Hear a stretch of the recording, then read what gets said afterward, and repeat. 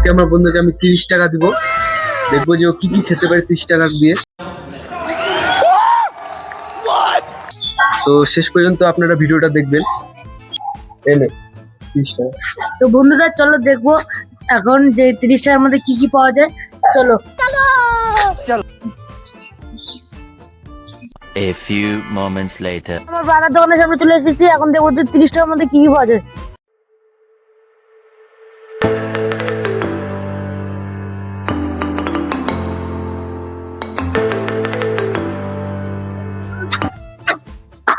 আমরা 30 টাকা নিয়ে দোকানের সামনে চলে এসেছি, এখন দেখবো 30 টাকা কি কি পাওয়া যায়।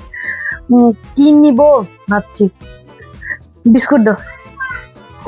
কয় টাকা বলে? 10 টাকা দামের বিস্কুট দিও তো। এই যে 10 টাকা। আর 10 টাকা দামের কেক দিও। তো বন্ধুরা 20 টাকা তো চলে গেলো, এখন আমার কাছে মাত্র 10 টাকায় বেঁচে আছে, দেখবো 10 টাকা দিয়ে কি পাওয়া যায়। কোনটা, এটা দিব না অন্যটা দিব? আমাকে এটাই দাও। ঠিক আছে। 20 টাকা। আর 10 টাকা দামের একটা মাজা দিও তো।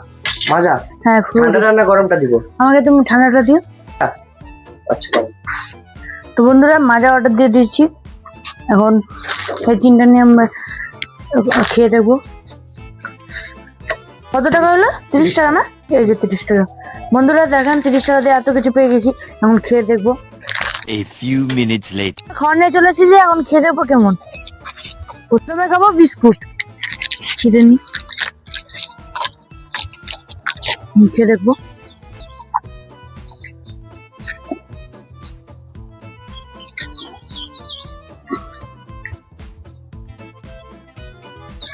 দারুণ বন্ধুরা, ভিতরে ক্রিমটা তো সেই সুস্বাদু। ক্রিমটার জন্য বিস্কুটটা সেই। তো বন্ধুরা বিস্কুটটা তো খাওয়া হয়ে গেল।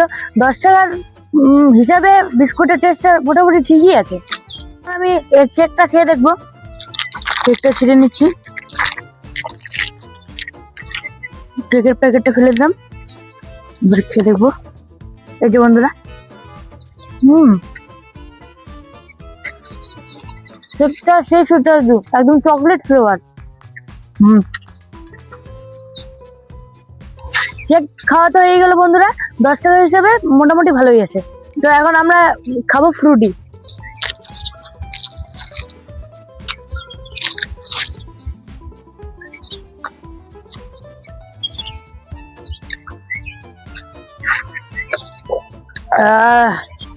বন্ধুরা এই ছিল আমার 30 টাকার ব্লগ, ছোট্ট একটা ব্লগ।